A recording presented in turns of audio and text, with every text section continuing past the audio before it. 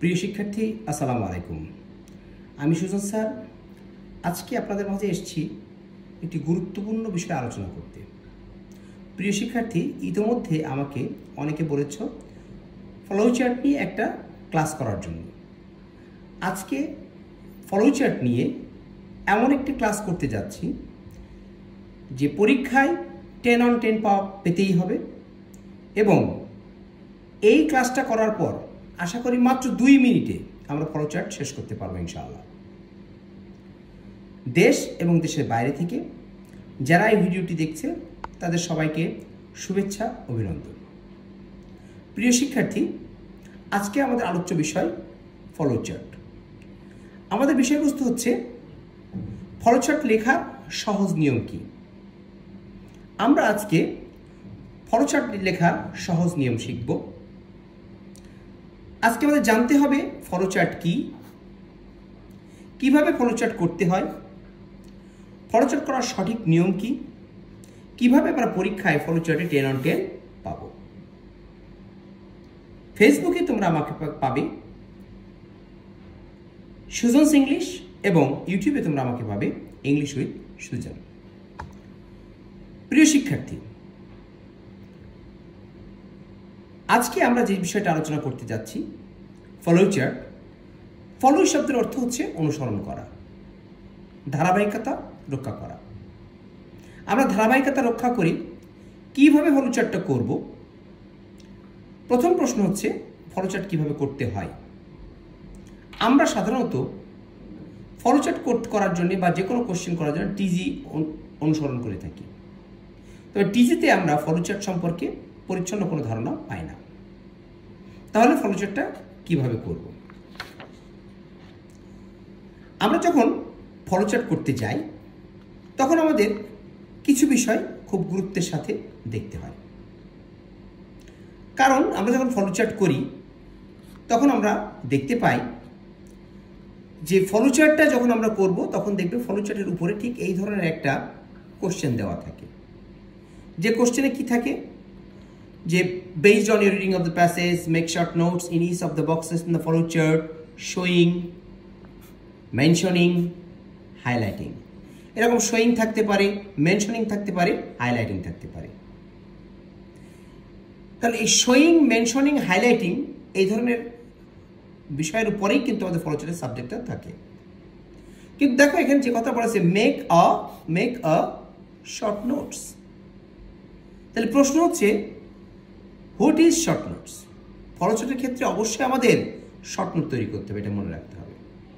তাহলে এখন প্রশ্ন কি, what is short note. Short note কি জিনিস, কিভাবে আমরা শর্ট নোট তৈরি করব।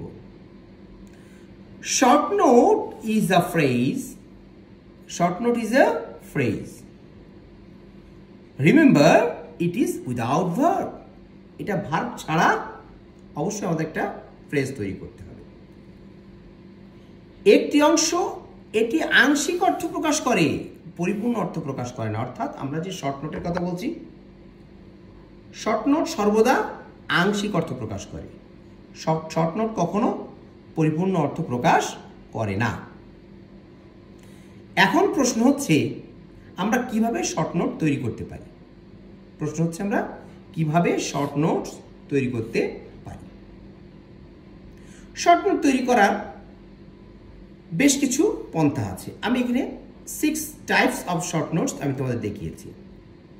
সাধারণত আমরা দেখি যে আইনযুক্ত ভার্ব হলেই সবাই সেটাকে শর্ট নোট মনে করে, কিন্তু না।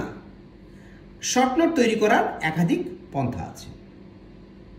যেমন শর্ট নোট হতে পারে to plus verb plus extension, verb plus ING plus extension, verb plus ED plus extension, being plus extension, having plus extension, noun phrase. এ ধরনের 6 প্রকৃতির ভাবে আমরা শর্ট নোট তৈরি করতে পারি, বা আমরা যে ফ্লোচার্ট তৈরি করি সেখানে এই ধরনের শর্ট নোটগুলো আমরা দেখতে পাই।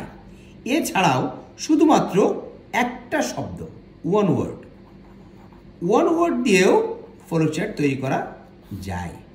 অনেক সময় আমরা দেখব শুধুমাত্র একটা অ্যাডজেক্টিভ, শুধুমাত্র একটা নাউন দিয়েও ফ্লোচার্ট তৈরি হয়। প্রিয় শিক্ষার্থী, এখন ফ্লোচার্ট আসলে আমরা এই তৈরি করতে গেলে আমাদের বেশ কিছু বিষয় মেনটেন করতে হবে, বেশ কিছু বিষয় আমাদের স্মরণে রাখতে হবে। আমরা এখন সেগুলো দেখব। ফলোচার্ট তৈরির ক্ষেত্রে আমাদের কিছু নিয়ম মেনে চলতে হয়, কিছু নিয়ম অবশ্যই মেনে চলতে হবে। এই নিয়মগুলো মেনে চললে আমরা পরীক্ষায় 10 on 10 পাবো। একটা কথা মনে রাখতে হবে, 2025 সালে যারা পরীক্ষার্থী আছো তাদের ফলোচার্টে মার্কস হচ্ছে 5, তবে এর আগেও ফলোচার্টে 10 ছিল এবং আগামী বছর অর্থাৎ 2026 সাল 27 সাল যে পরীক্ষাগুলো হবে সেখানেও ফলোচার্টে 10 থাকবে। সুতরাং আমরা খুব শর্ট সিস্টেমে 2 মিনিটেই আমরা ফলোচার্টে 10 on 10 পাওয়ার ব্যবস্থা এখানে হয়ে যাবে। শুধুমাত্র এই পদ্ধতিগুলো আমাদেরকে ফলো করতে হবে। এখানে বলেছি আমরা, দেখো নিচে নিচে 6টি বক্স হবে। বক্স আমরা সাধারণত আমরা দেখি যে বক্সগুলো পাশাপাশি থাকে, বক্সগুলো পাশাপাশি থাকে। আমাদের কি করতে হবে, আমাদের পাশাপাশি যখন আমরা বক্স রাখি তখন এই পাশাপাশি বক্সে আমাদের কাজ করতে কষ্ট হয়, অর্থাৎ এখানে লিখতে কম জায়গা পাওয়া যায়। আমরা কি করব, আমরা নিচে নিচে বক্স করব। আমি ভিডিওর শেষ দিকে তোমাদের বক্সের একটা পেজ দেখিয়ে দেবো ইনশাআল্লাহ। নিচে নিচে বক্স করব এবং 1, 2 এভাবে রোমান সংখ্যায় আমরা নাম্বার দেব। এতে করে কি হবে, এই বক্সের মধ্যে লিখতে সুবিধা হবে। কয়টি বক্স করব, আমরা 6টি বক্স করব। প্রিয় শিক্ষার্থী, মনে রাখতে হবে যে নো বক্স নো মার্কস, অর্থাৎ আমরা যদি লিখি পরীক্ষায় স্টেপ বাই স্টেপ লিখলাম কিন্তু কোনো বক্স করলাম না, তাহলে কিন্তু আমরা নাম্বার পাবো না। একটা কথা মনে রাখতে হবে, শোয়িং, মেনশনিং, হাইলাইটিং, এই যে শব্দগুলো, এই শব্দগুলোর পরেই কিন্তু আমাদের ফলোচার্টের সাবজেক্টটা থাকবে, ফলোচার্টের সাবজেক্টটা থাকবে। অর্থাৎ কোন বিষয়ের পর আমরা ফলোচার্টটা করব, এই শোয়িং, মেনশনিং বা হাইলাইটিং যে শব্দটা থাকবে এরপরেই কিন্তু ফলোচার্টের সাবজেক্টটা দেওয়া থাকবে। এরপরে খেয়াল রাখতে হবে অমিশন অফ সাবজেক্ট। অমিশন মানে কি, বাদ। অমিশন মানে কি, বাদ, বাধা। কোথায় বাধা আছে, সাবজেক্ট ব্যবহারে বাধা কোথায়, অর্থাৎ ফলোচার্ট করার সময় অবশ্যই যে বিষয়, যে ব্যক্তিকে নিয়ে আলোচনা করা হচ্ছে এই বিষয় বা ব্যক্তি কিন্তু বাদ যাবে, অর্থাৎ সাবজেক্ট বাদ যাবে। লেখার শুরুতে ছোট হাতের অক্ষর হবে না বড় হাতের অক্ষর হবে সেটা নির্ভর করবে প্রথম বক্সের উপর। অর্থাৎ আমরা খেয়াল করব যে প্রথম বক্সে শুরুতে কি বড় হাতের অক্ষর আছে না প্রথম বক্সের শুরুতে ছোট হাতের অক্ষর আছে। যদি প্রথম বক্সের শুরুতে ছোট হাতের অক্ষর থাকে তাহলে আমরা ছোট হাতের অক্ষর লিখব, যদি বড় হাতের অক্ষর থাকে তাহলে আমরা প্রত্যেকটা বক্সের শুরুতেই বড় হাতের অক্ষর লিখব। মনে রাখতে হবে যে বক্সের ওয়ার্ড বা ফ্রেজের পর ফুল স্টপ বসে না। আমরা যখন বক্সের ভিতরে লিখব, এই বক্সের ভিতরে যখন আমরা লিখব তখন শেষে কিন্তু ফুল স্টপ বসে না। কারণ কি, আমরা কিন্তু ওয়ার্ড বা ফ্রেজ লিখছি, বাক্য ছাড়া কিন্তু ফুল স্টপ বসানো যায় না। প্রিয় শিক্ষার্থী, তাহলে আমরা দেখলাম যে এখানে কিছু বিষয় আমাদের লক্ষ্য করতে হয়, কিভাবে আমরা শর্ট নোটস তৈরি করতে পারি, শর্ট নোটস তৈরি করতে পারি এবং কি পন্থায় আমরা আমাদের ফলোচার্টগুলো করতে পারি বা ফলোচার্ট করার সময় কোন কোন নিয়মগুলো আমাদের মেনে চলতে হবে। প্রিয় শিক্ষার্থী, দেশ এবং দেশের বাইরে থেকে যারা এই ভিডিওটি দেখছেন সবাইকে শুভেচ্ছা, অভিনন্দন এবং সবাই লাইক, কমেন্ট, সাবস্ক্রাইব করে আমার সাথে থাকবেন, আমি এই আশাবাদ ব্যক্ত করছি। প্রিয় শিক্ষার্থী, আমরা যখন ফলোচার্টটা করি, ফলোচার্ট করার সময় সর্বদা আমরা উপরে একটা কোশ্চেন পাবো। আমরা একটা স্যাম্পল কোশ্চেন এখানে নিয়েছি। কোশ্চেনটা এভাবে না থেকেও অন্যভাবেও থাকতে পারে, কিন্তু শোয়িং, মেনশনিং, হাইলাইটিং কথাটা থাকবে, তারপর থেকে আমরা কাজ করব। যেমন দেখো, based on your reading of the passage make short notes in each of the boxes in the flowchart showing the activities and achievement of Nelson Mandela. Most important একটা passage, Nelson Mandela an apartheid fighter, তাকে নিয়ে আজকে আমরা এই প্যাসেজটি সাজিয়েছি। তোমরা বারবার এই প্যাসেজটা পড়েছো, তাহলে আমাদের কাজ করতে সুবিধা হবে, যে কারণে এই প্যাসেজটা আমি নিয়েছি। দেখো, এই প্যাসেজে কিছু বিষয় আমরা হাইলাইট করেছি, যেমন মেক শর্ট নোটস। তাহলে ইতোপূর্বে কিন্তু আমরা এই কথাটা পড়েছি যে মেক শর্ট নোটস তৈরি করতে হবে, কিভাবে শর্ট নোটস তৈরি করতে হবে সেটা আমরা দেখেছি। বলছি in each of the boxes, প্রত্যেকটা বাক্সে, অর্থাৎ যে বাক্সগুলো আছে একটা দেওয়া আছে, বাকি 5টা আমাদের করতে হবে, প্রত্যেকটা বাক্সে আমাদের কি করতে হবে, এই শর্ট নোট লিখতে হবে। তারপর কি বলা হচ্ছে, ফলো চার্টকে ফলো করতে হবে, অবশ্যই চার্টকে আমরা ফলো করব, একটা বক্সের সাথে আরেকটা বক্স ফলো করতে হবে, অনুসরণ করতে হবে। শোয়িং, এই যে আমরা একটা কথা বলছিলাম যে শোয়িং, মেনশনিং, হাইলাইটিং, এই শব্দটার পরেই কিন্তু আমাদের ফলো চার্টের সাবজেক্টটা থাকবে, অর্থাৎ কি বিষয়ের উপর আমাদের ফলো চার্টটা করতে হবে, কি বিষয়ের ফ্লোটা হবে সেটা এখানে দেওয়া থাকবে। যেমন দেখো এখানে বলছে showing the activities and achievement of Nelson Mandela. Nelson ম্যান্ডেলার অ্যাক্টিভিটিস অ্যান্ড অ্যাচিভমেন্ট, অর্থাৎ তার কাজ এবং তার অর্জন কি আছে। আমরা প্যাসেজটা বারবার পড়েছি, আমি প্যাসেজটা পুরোটা পড়ছি না, তবে তোমাদের সুবিধার্থে আমি এখানে কিছু হাইলাইট করেছি। আমি ইয়েলো কালার দিয়ে এবং আমি গ্রিন কালার দিয়ে দেখো হাইলাইট করেছি। এখন দেখো এখানে আমরা একটা প্রশ্ন রেখেছি, তাহলে প্রশ্নে কি আছে সেটা দেখে আমরা এই কাজটা করব। যেমন দেখো আমরা কিছু কিছু জিনিস হাইলাইট করে, guided South Africa from the shackles of apartheid, came to embody to struggle for justice, imprisoned for nearly 3 decades, fight for his people's emancipation, was determined to bring down apartheid, becoming South African first black president in 1994. 1993, Mandela was awarded the Nobel Peace Prize. এই জিনিসগুলো আমরা highlight করেছি। এখন আমরা প্রশ্নে যাই। প্রিয় শিক্ষার্থী, প্রথম প্রশ্নটা হচ্ছে, based on your reading of the passage, make short notes in each of the box on the follow chart showing the activities of achievement of Nelson Mandela. আমাদের প্রথম ক্লু দেওয়া আছে কি, guiding south Africa. Guiding south Africa, guide ভার্বের সাথে এখানে কি যুক্ত করা হয়েছে, আইএনজি যুক্ত করা হয়েছে। তাহলে আমরা চেষ্টা করব পরবর্তী যতগুলো বক্স আছে, 1 2 3 4 5, there are 5 boxes, so we have to complete the 5 boxes with ing. অবশ্যই এই 5টা বক্স আমরা আইএনজি যুক্ত ভার্ব দিয়ে আমরা শেষ করব, অর্থাৎ একটা নন ফাইনাইট ভার্ব দিয়ে শেষ করব। এখন দেখো আমরা কিছু লাইন এখানে হাইলাইট করেছিলাম, যেমন গাইডেড সাউথ আফ্রিকা। তাহলে প্রথম যেটা আমরা পেয়েছি গাইডিং সাউথ আফ্রিকা। তাহলে পরবর্তী ধাপে চলে যাব। সবসময় মনে রাখবে যে ফলো চার্টের ক্ষেত্রে যেখান থেকে ক্লু শুরু হয় তারপর থেকে বুঝতে হবে। তাহলে এখানে বলছে গাইডেড সাউথ আফ্রিকা। এখন এরপরে তার কাজ কি আছে, যেহেতু আমাদের অ্যাক্টিভিটিসের কথা বলেছে আর অ্যাচিভমেন্টের কথা বলেছে, তাহলে আগে আমরা একটু 2 ভাগে ভাগ করে নেব। অন্যান্য প্যাসেজে কিন্তু সব জায়গায় যে অ্যাক্টিভিটিস অ্যাচিভমেন্ট বা 2 ভাগে ভাগ করতে হবে তা কিন্তু নয়। আমাদের যেটা করতে হবে, যেটা চাইবে আমরা সেটাই করব। তাহলে দেখো এখানে অ্যাক্টিভিটিস, তাহলে আমরা 2 ভাগে অ্যাক্টিভিটিস 3টে লিখবো, অ্যাচিভমেন্ট 2টা লিখবো, বা অ্যাচিভমেন্ট 3টা লিখবো, অ্যাক্টিভিটিস 2টা লিখবো।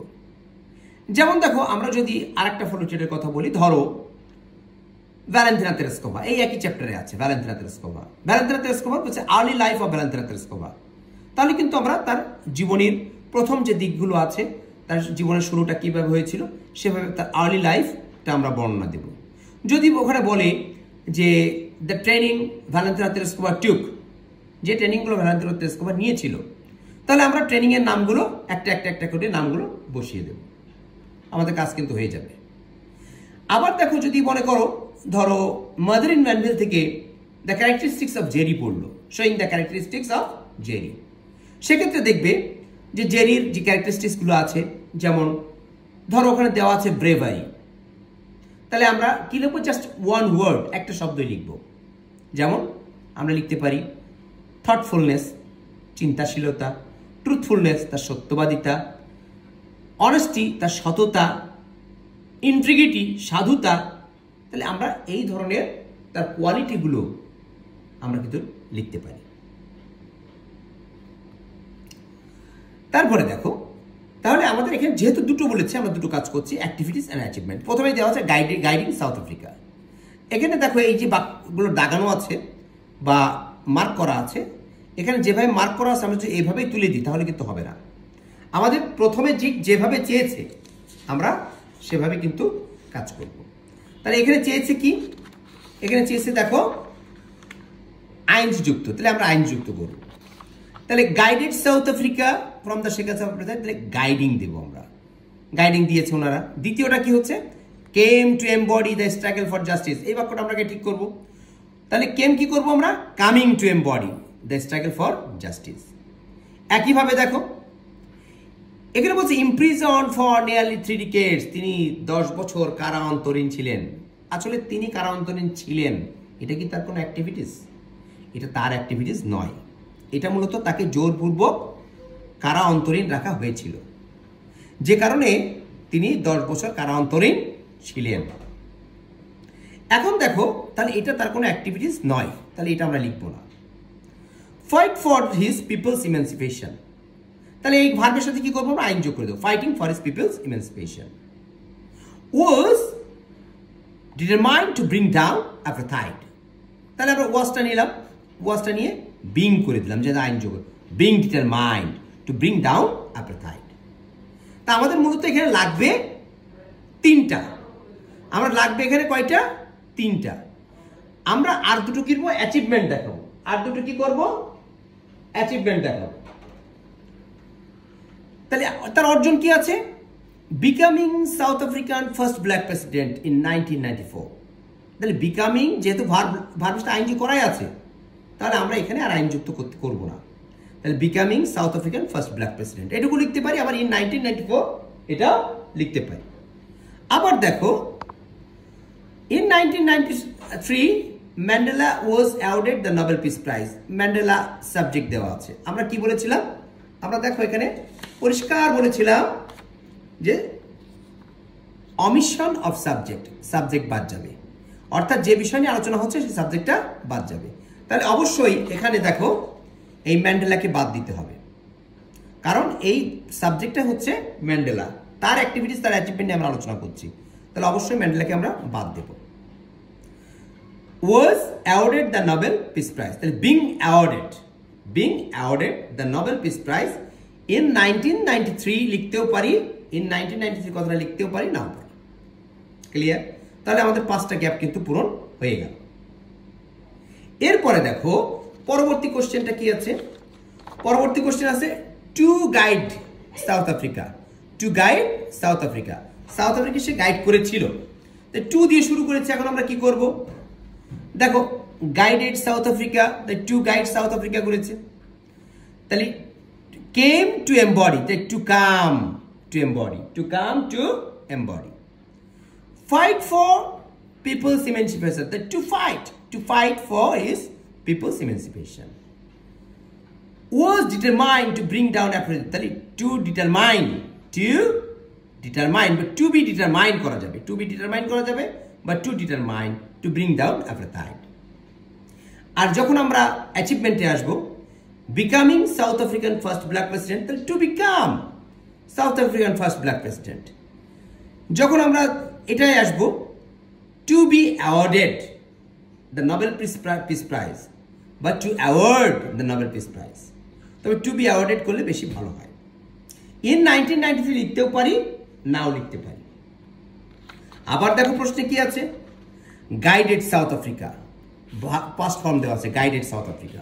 তাহলে এটা আমরা কিভাবে করব, যথারীতি আবার চলে আসি, guided South Africa from the shackles of apartheid, তাহলে এটা যেভাবে আছে সেভাবে করব। এরপরে দেখো came to embody the struggle for justice, তাহলে আমরা কি করব, came past tense আছে, তাহলে past tense এই রাখবো। তারপরে কি হবে দেখো, fight for his people's emancipation, তাহলে ফাইটটা কি করব, ফাইটটা আমরা ফট করব, যেহেতু ফাইট প্রেজেন্ট টেন্স, এর past tense হবে কি, ফট। এরপর দেখো was determined to bring down apartheid, was determined to bring down apartheid, তাহলে কি করব, যেভাবে আছে past tense এভাবে, determined to bring down apartheid। become South African first black president, তাহলে become রাখা যাবে না, আইন রাখা যাবে না, becoming এটা became করতে হবে, became South African first black president in 1994 লিখতেও পারো কথাটা, নাও লিখতে পারো।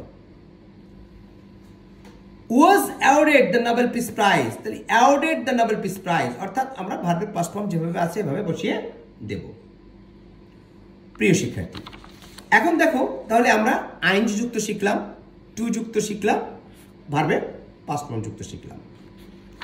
আমরা যখন ফলো চার্টটা করব, আমি যেটা বলছিলাম যে আমরা অবশ্যই ফলো চার্টটা নিচে নিচে করব এবং এই পাশে আমরা মার্কিং করব 1 2 3 4, এভাবে আমরা মার্কিং করব, নিয়ে 6টা বক্স মার্ক করব। প্রিয় শিক্ষার্থী, দেশ এবং দেশের বাইরে থেকে যারা এটা দেখছো, তোমাদেরকে আবারও শুভেচ্ছা অভিনন্দন জানাচ্ছি। এবং একটা কথা মনে রাখবে, ফলো চার্ট কোনো জটিল কঠিন কাজ নয়। যদি এ নিয়ে কোনো কারোর জিজ্ঞাসা থাকে, সে কমেন্ট করে আমাকে জানাবে, আমি তাদেরকে উত্তর দেব। এছাড়া তোমরা আমাকে হোয়াটসঅ্যাপ করতে পারো। হোয়াটসঅ্যাপ নাম্বার হচ্ছে 01919456074, 01919456074। তোমরা এই নাম্বারে আমাকে হোয়াটসঅ্যাপ করতে পারবে। প্রিয় শিক্ষার্থী, এছাড়া যদি তোমাদের কোনো বিষয়ে জিজ্ঞাসা থাকে, তোমরা আমাকে জানালে আমি সেই বিষয়ে তোমাদেরকে নতুন নতুন ভিডিও দেব, নতুন নতুন আপডেট তোমরা আমার কাছ থেকে পাবে। এই আশাবাদ ব্যক্ত করে ভিডিওটা আজকে এখানেই শেষ করছি। আল্লাহ হাফেজ।